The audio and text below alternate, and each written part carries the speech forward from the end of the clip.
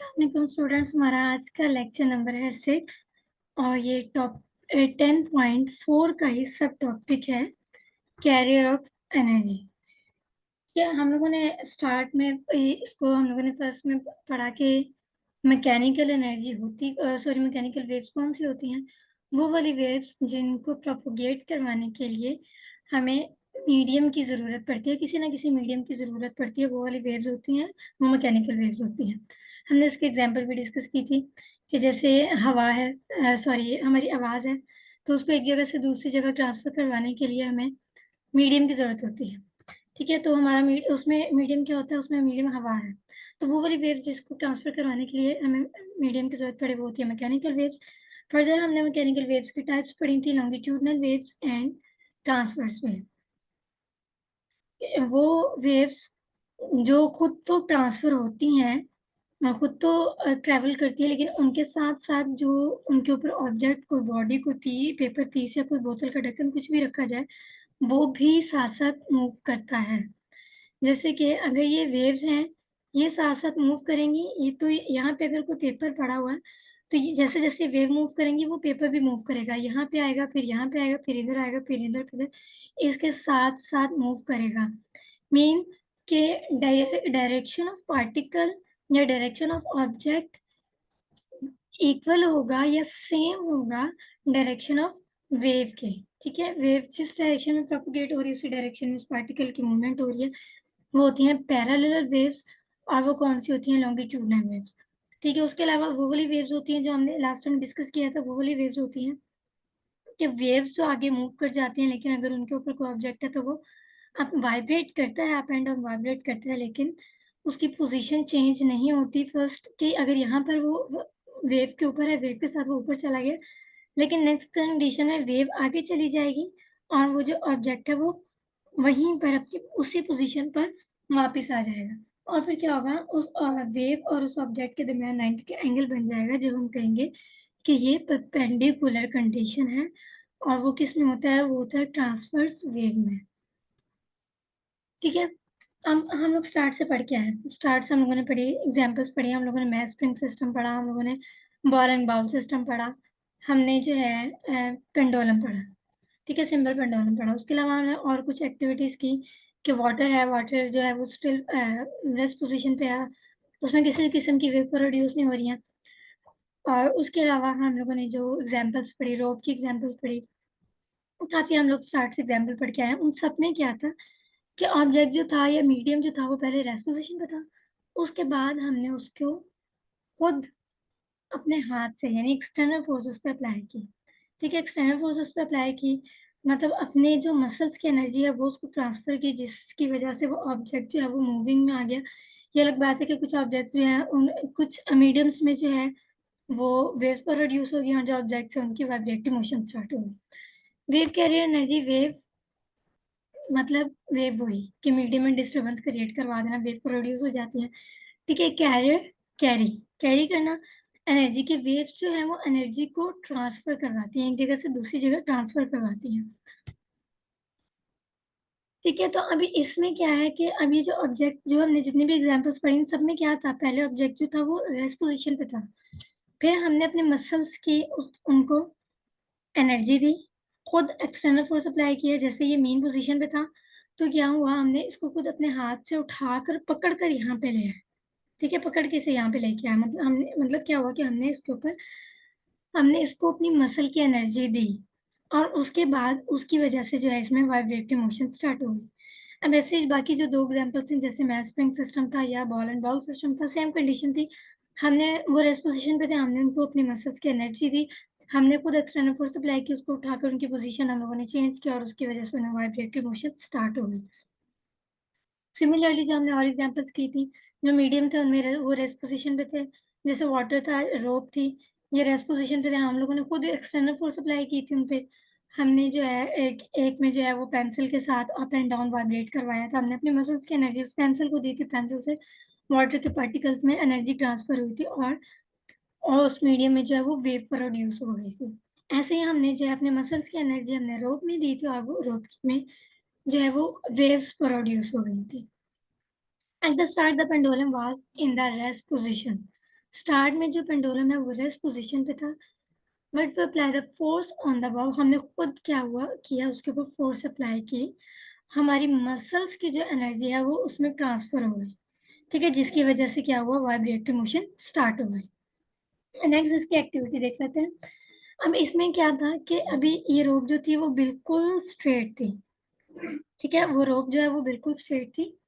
हमने अपने मसल्स की यहाँ से खुद अपने हाथ से इसको पकड़ कर खुद इसके ऊपर जो है एनर्जी इस एनर्जी दी, इसको हमने इसको एक झटका लगाया, खुद इसको एनर्जी दी, तो उससे क्या हुआ कि ये वेव प्रोड्यूस हो गई, ठीक है, बाकी अभी सीधी है, वेव प्रोड्यूस हो गई। अब वो एनर्जी जो हमने इसको दी थी, अब इसने भी तो आगे ट्रांसफर करना था, तो उस वो जो इस हमने हमारी एनर्जी इसमें ट्रांसफर हुई, ये आगे ट्रांसफर करेगा, ये आगे करेगा तो नेक्स्ट वेव प्रोड्यूस होगी, ठीक है, फिर इसने आगे एनर्जी अपनी ट्रांसफर कर दी, तो ये वेव जो है ये प्रोड्यूस होती, ये वेव बनती चलेगी, ठीक है, जैसे ये ऊपर बना हुआ भी है कि हमने अपने हाथ से इसको इसको जर्क लगाई, इसको झटका दिया, रोप को हमने झटका दिया, तो क्या हुआ, वेव प्रोड्यूस होना शुरू हो गई, और वो जो वेव्स है वो एंड तक वेव बनती चलेगी। अब क्या हुआ, जो हमारे मसल्स की एनर्जी थी वो इस रोप में गई, इस रोप के पार्टिकल में गई। अब यहाँ पे मुख्तलिफ पार्टिकल हैं, यहाँ पे है, इधर है, इधर है, इधर है, ठीक है, ये अनकाउंटेबल, यहाँ पे बहुत सारे पार्टिकल्स हैं ये। अब क्या हुआ कि हमारे मसल्स की एनर्जी इस पार्टिकल में गई, इसने इसको दी, इसने इसको दी, नेक्स्ट इसने इसको दी, इसको दी, और ये आगे आगे आगे ट्रांसफर करती चलेगी, जिसकी वजह से जो है ये ऐसे वेव प्रोड्यूस हो गई, ठीक है। Take a string and tie one end to the string with support, के वो एक स्ट्रिंग जो हमने ली और उसको एक स्पोर्ट के साथ टाइट कर लिया, and hold it's other and in your hand, यहाँ से हमने अपने हाथ में पकड़ लिया। Now flip the string up and down, हमने क्या किया, उसको अप एंड डाउन मूव करना शुरू कर दिया अपने हाथ को, ठीक है, हाथ को अप एंड डाउन मूव करना शुरू कर दिया। Our muscular energy is transferred in the string and it start to vibrate up and down, ठीक है, हमने अपने हाथ को अप एंड डाउन मूव किया और उसकी जो एनर्जी थी वो स्ट्रिंग में चली गई, और क्या हुआ, अब उसने वो स्ट्रिंग ने अप एंड डाउन मूव करना शुरू कर दिया, जिसकी वजह से हमें क्या लगा कि वेव प्रोड्यूस होनी शुरू हो गई, ठीक है। नेक्स्ट एक्टिविटीज की सेम वही है वाटर की, कि अभी जो है ये रेस्ट पोजीशन पे था, ठीक है, ये इसमें किसी भी किस्म की वेव नहीं थी।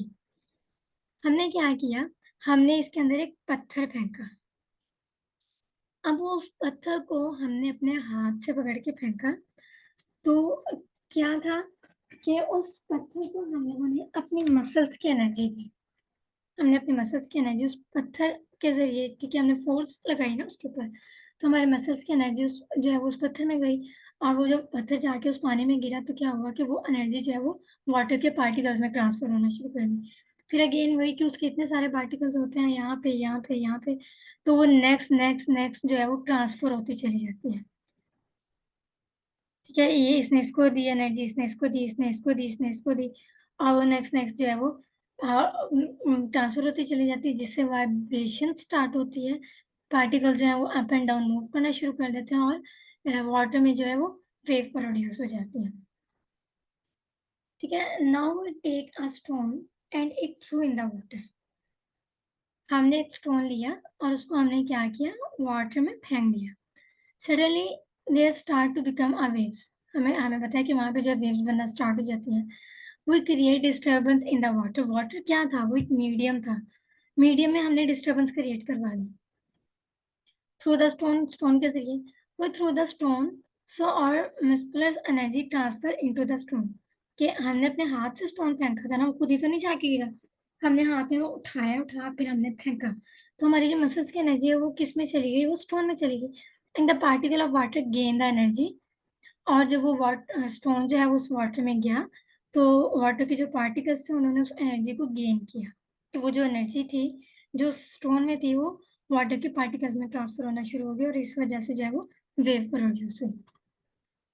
अच्छा, एनर्जी जो है वो दो चीजों पर डिपेंड करती है, एक ये कि डिस्टेंस कितना है, मतलब जैसे ये अगर स्ट्रिंग है तो इसका कितना डिस्टेंस होगा, फर्ज कर लेते हैं हमारे पास 2 डिस्टेंस की स्ट्रिंग्स हैं।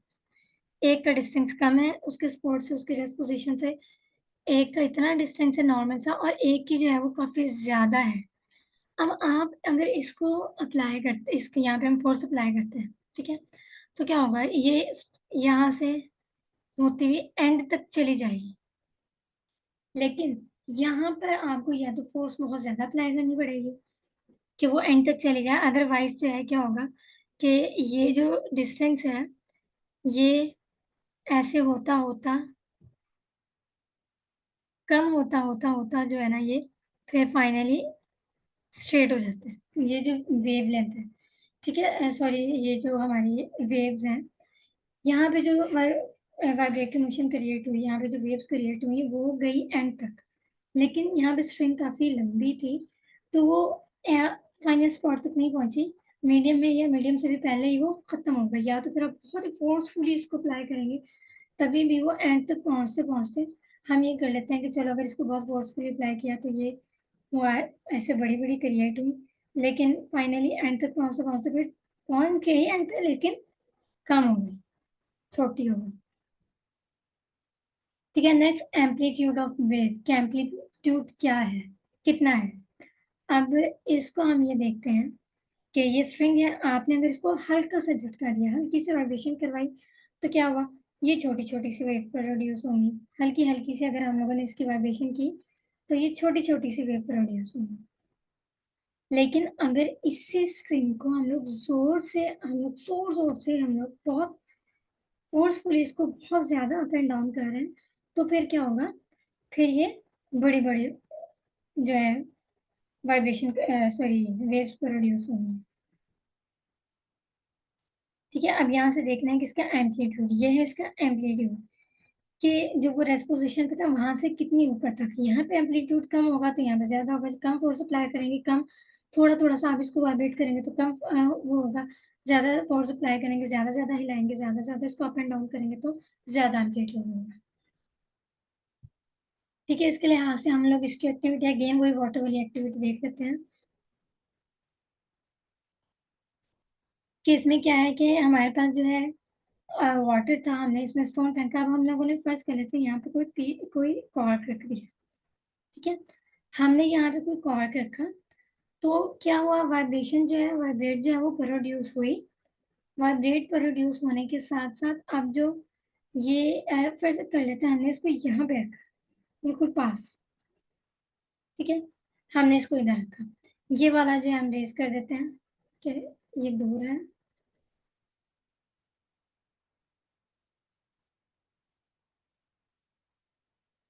हमने इसे यहाँ पे रखा। अब क्या हुआ कि जब वेव प्रोड्यूस हुई, तो वेव के साथ-साथ इसने भी मूव करना शुरू किया, ठीक है? वेव के साथ-साथ ये भी मूव करता हुआ आगे की तरफ चला गया।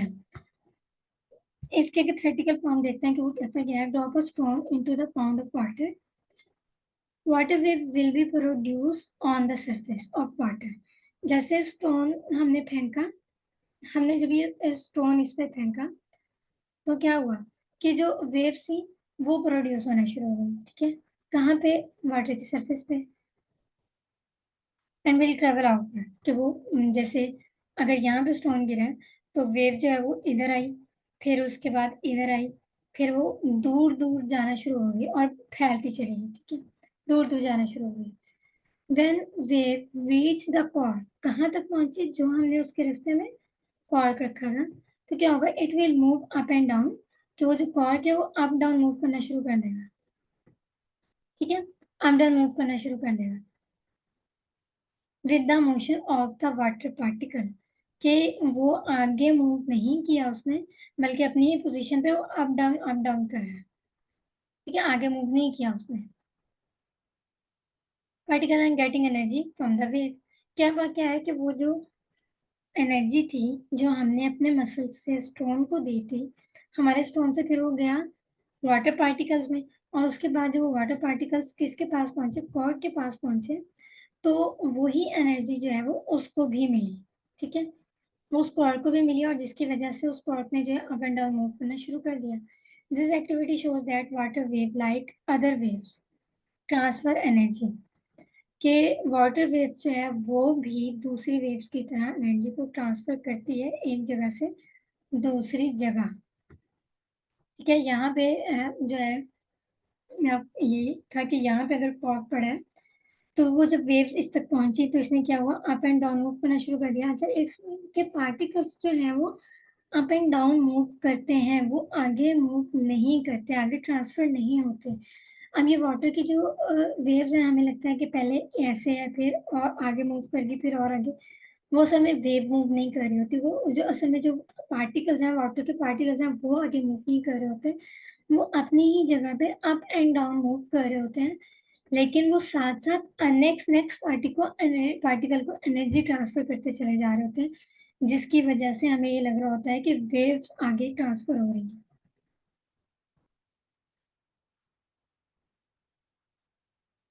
ठीक है, अब मैकेनिकल जो हमने पढ़ा था वेव कैरियर एनर्जी, आगे उसी को हम लोग अब वेव की हम इक्वेशन बना लेते हैं। ठीक है, अभी तक हम वेव को थ्योरेटिकल फॉर्म में पढ़ते आए हैं, एक्सपेरिमेंटल वर्क में किया है, अब हम उसकी इक्वेशन डिस्कस कर लेते हैं।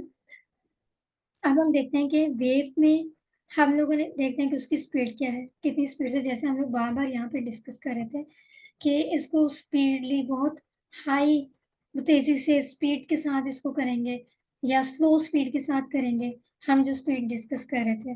ठीक है, तो उसमें हम लोग स्पीड भी डिस्कस करते हैं।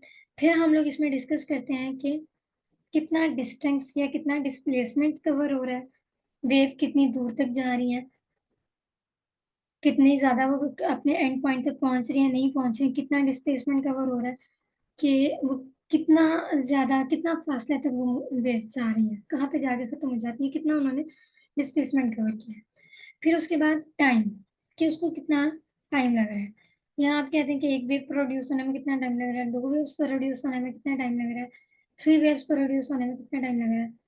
ठीक है, अगर हम वेलोसिटी को डिस्कस करते हैं, अच्छा, इसमें हम लोगों ने जो डिस्कस करनी है कि स्पीड, कि इसकी स्पीड कितनी है, सेकंड फ्रीक्वेंसी, कि एक टाइम 1 सेकेंड में कितनी वेव्स प्रोड्यूस हो रही हैं, frequency, and third is wavelength. ठीक है, वेवलेंथ, कि वेवलेंथ जो है कि कितनी वेवलेंथ, वो वेवलेंथ होता क्या है कि distance between two conjunctive crust और ट्रफ, कि इन दोनों के दरमियान का डिस्टेंस कितना है। कि जैसे यहाँ पे है ये क्रस्ट है और ये क्रस्ट है, ठीक है, ये क्रस्ट है, ट्रफ है और उसके बाद क्रस्ट है। अब उसने कहा कंजेक्टिव क्रस्ट, कि इस क्रस्ट से लेकर इस क्रस्ट तक का, या फिर कंजेक्टिव ट्रफ, कि इस ट्रफ से लेकर यहाँ से शुरू होगा, इस ट्रफ से लेकर नेक्स्ट जो आगे इससे आगे का पार्ट आएगा वो ऐसे करके आएगा, कि उस ट्रफ तक का कितना डिस्टेंस है। हम क्रस्ट ले लेते हैं क्योंकि यहाँ पे क्रस्ट हो रहा है, तो यहाँ से लेके यहाँ तक का कितना डिस्टेंस है, उसे हम लोग क्या बोलते हैं, वेवलेंथ। तो फर्स्ट हमने इसमें क्या डिस्कस करना है, speed, second is frequency and third is wavelength. ठीक है, हम स्पीड वेलोसिटी, वैसे फिजिक्स में ज्यादातर वेलोसिटी डिस्कस कर रहे होते हैं, इसलिए हम वही कह लेते हैं कि वेलोसिटी, और कि कितनी स्पीड के साथ या कितनी वेलोसिटी के साथ जो है वो जो वेव जो है वो मूव कर रही है। ठीक है, वो तो आ गया ही है।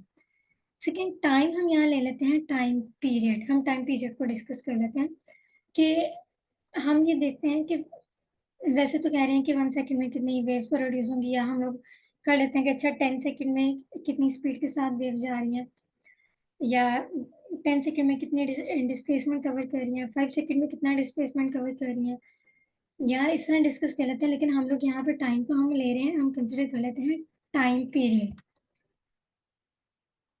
ठीक है, टाइम पीरियड, कि 1 सेकेंड में कितने वाइब्रेशन कंप्लीट करता है। जैसे हम लोगों ने इसको पहले भी लेक्चर में पढ़ा था कि 1 सेकेंड में एक वाइब्रेशन हो सकती है, दो हो सकती है, तीन हो सकती है, या एक भी नहीं हो सकती, हाफ हो सकती है।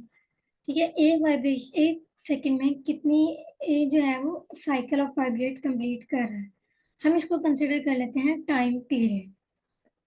ठीक है, सेकंड इज डिस्प्लेसमेंट, जो डिस्प्लेसमेंट ये कह रहा है या डिस्टेंस कह रहा है, अब ये डिस्टेंस है ना कि displacement in a unit time. ठीक है, 1 सेकेंड यूनिट टाइम हमने ले लिया, 1 सेकेंड यानी टाइम पीरियड। सेकंड ये कह रहा है कि डिस्टेंस से डिस्प्लेसमेंट। तो हम यही कह रहे हैं कि यहाँ पे जब डिस्प्लेसमेंट ही या डिस्टेंस ही लिखना है तो हम वेवलेंथ को कह रहे हैं कि वेवलेंथ वेवलेंथ हमारे पास क्या है, distance between two crust, conjunctive between two conjunctive crust और ट्रफ के दो कंजेक्टिव क्रस्ट के दरमियान का डिस्टेंस। तो इट्स मीन इस डिस्टेंस की जगह पे हमने जब डिस्टेंस ही लिखना है तो हम वेवलेंथ भी लिख सकते हैं, क्योंकि वो भी डिस्टेंस है और इसमें से ये भी हमें क्या बता रहा है, ये भी हमें डिस्टेंस ही बता रहा है दो कंजेक्टिव क्रस्ट और ट्रफ के दरमियान का। तो वी रही, वी जो है वो एज इट इज है, वेलोसिटी एज इट इज है, और जो टी है उसको हमने कंसिडर कर लिया टाइम पीरियड, और जो डिस्प्लेसमेंट है वो हमने क्या लिख लिया, वेवलेंथ। ठीक है, v is equal to wavelength को हम लोग लिखते हैं लैम्डा से एंड टाइम पीरियड। अब इस लैम्डा को मैं सेपरेट कर लेती हूँ, लैम्डा को सेपरेट किया, देन 1/t आ गया। ठीक है, आप इसको मल्टीप्लाई करें, लैम्डा को 1 से मल्टीप्लाई करें तो यही इक्वेशन आती है। तो इसको मैंने सेपरेट कर लिया। अब ये जो 1/t है, हमने इसको पहले भी लेक्चर में पढ़ा था कि हमारे पास क्या होता है कि ये टी एंड फ्रीक्वेंसी एक दूसरे के रेसिप्रोकल है।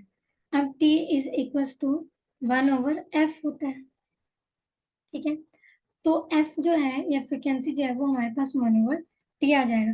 तो अगर मैं इसकी जगह पर 1/t की जगह पर वैल्यू लगा देती हूँ f, ठीक है, तो हमारे पास क्या हो जाएगा, velocity is equal to lambda into F, यानी velocity is equal to wavelength into frequency.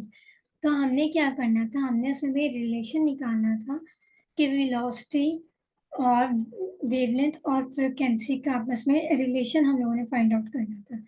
इसका फर्दर अगर इसका कोई न्यूमेरिकल आ जाता है कि हमारे पास हमने वेवलेंथ फाइंड आउट करना है, तो हम इजीली ये इक्वेशन लगा सकते हैं, फ्रीक्वेंसी यहाँ लाके डिवाइड कर लेंगे, और फिर फ्रीक्वेंसी फाइंड आउट करनी है तो लैम्डा यहाँ पर लाके डिवाइड कर लेंगे, और वेलोसिटी फाइंड आउट करनी है तो ये दोनों ऑलरेडी एक दूसरे के साथ मल्टीप्लाई हो रहे हैं।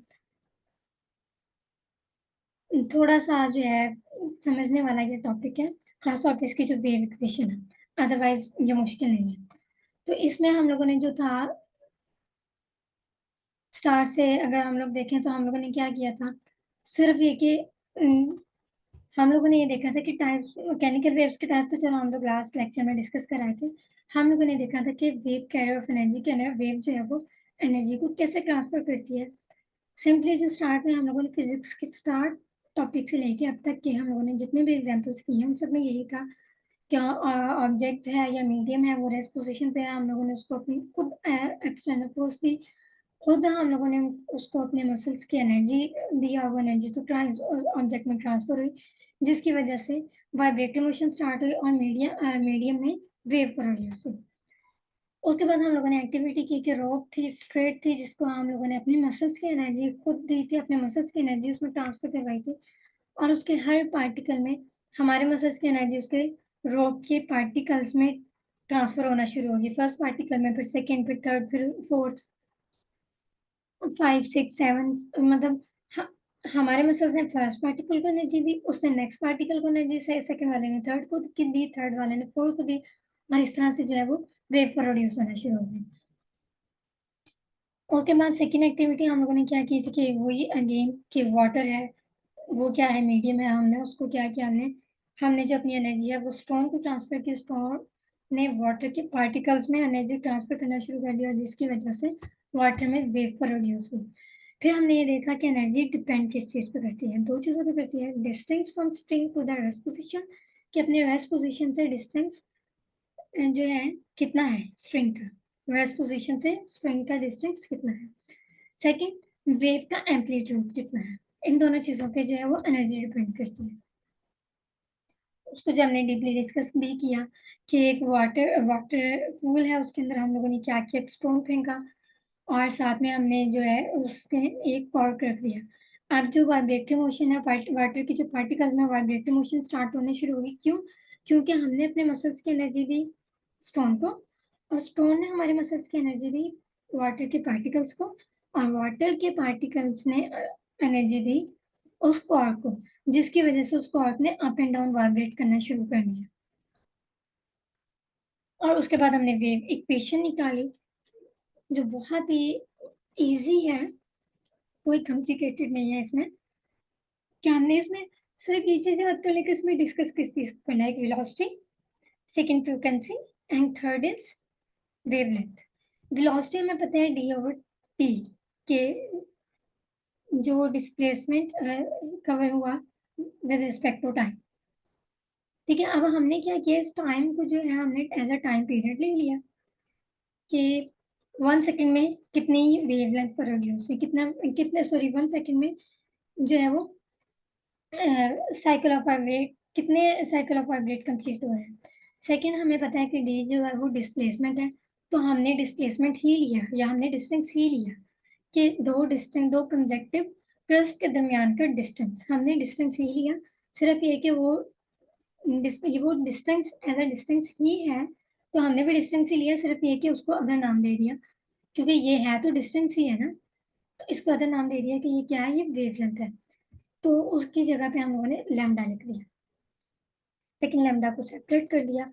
1/t जो है वो एफ के इक्वल होता है, एफ का रेसिप्रोकल जो है वो मतलब टाइम पीरियड का रेसिप्रोकल फ्रिक्वेंसी के इक्वल होता है, फ्रिक्वेंसी का रेसिप्रोकल टाइम पीरियड के इक्वल होता है। तो F is equal to 1/t। हमने इसकी वैल्यू जो है यहाँ पर पुट कर दी और हमारे पास वो इक्वेशन निकल आई जो हमने फाइंड आउट करनी थी। ये था हमारा आज का टॉपिक और उम्मीद है कि आपको बहुत अच्छे से समझ आ गया होगा। Thank you so much.